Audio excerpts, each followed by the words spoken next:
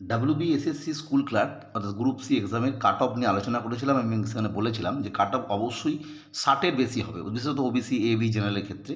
কারণ আমি বুঝিয়েছিলাম যে এই যে কাট অফটা নির্ণয় হবে কিন্তু 3টে নাম্বারের ভিত্তিতে।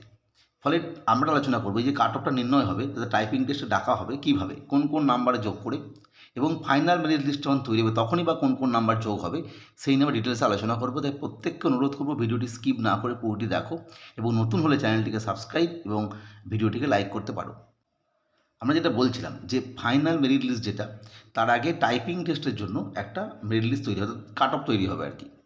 এখানে কিন্তু রিটেনের যে পরীক্ষা দিলে তোমরা 60 মার্কস এটা যোগ হবে, এবং অ্যাকাডেমিকের জন্য 10 মার্কস, এবং সিমিলার এক্সপিরিয়েন্সের জন্য 5 মার্কস, অর্থাৎ 1 মার্ক ফর ইচ কমপ্লিটেড ইয়ার।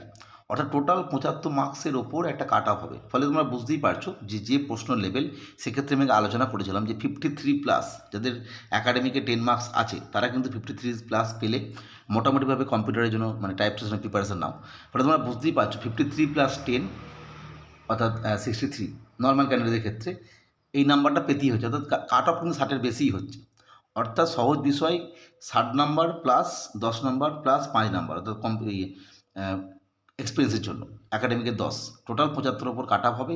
এরপরে এটাই এই 75 ওপর কাট অফ হয়ে যাওয়ার পর যত পাচ্ছ যারা ডাক পেলে তাদের সঙ্গে এরপরে এক্সট্রা 25 মার্কস যোগ হয়ে ফাইনাল 25 মার্কস বলতে অবশ্যই ওরালের জন্য 10 মার্কস, এবং টাইপিং টেস্ট যখন হচ্ছে আর কি সেই 15 মার্কস, অর্থাৎ 10 + 15 25, অর্থাৎ 100 মার্কসের মধ্যে ফাইনাল মেরিট লিস্ট তৈরি হবে। অর্থাৎ প্রথমে 75, রিটেনের মানে রিটেন পরীক্ষায় 60, অ্যাকাডেমিকে 10, এক্সপিরিয়েন্সের 5। সেটা হয়ে যাওয়ার পর যখন কম্পিউটার টাইপ টেস্ট হবে তার প্রাপ্ত মার্কস 15-র মধ্যে মানে 15-র মধ্যে কত পাচ্ছ, এবং 10 নম্বরের ইন্টারভিউ, এই দুটো যোগ করে 100-র মধ্যে কত পাচ্ছ তার উপরে ফাইনাল মেরিট লিস্ট তৈরি হবে। ফলে আপাততভাবে নিশ্চিত তোমরা যে প্রথম যে কাট অফটা হবে সেটা কিন্তু অবশ্যই 60-এর বেশি হবে।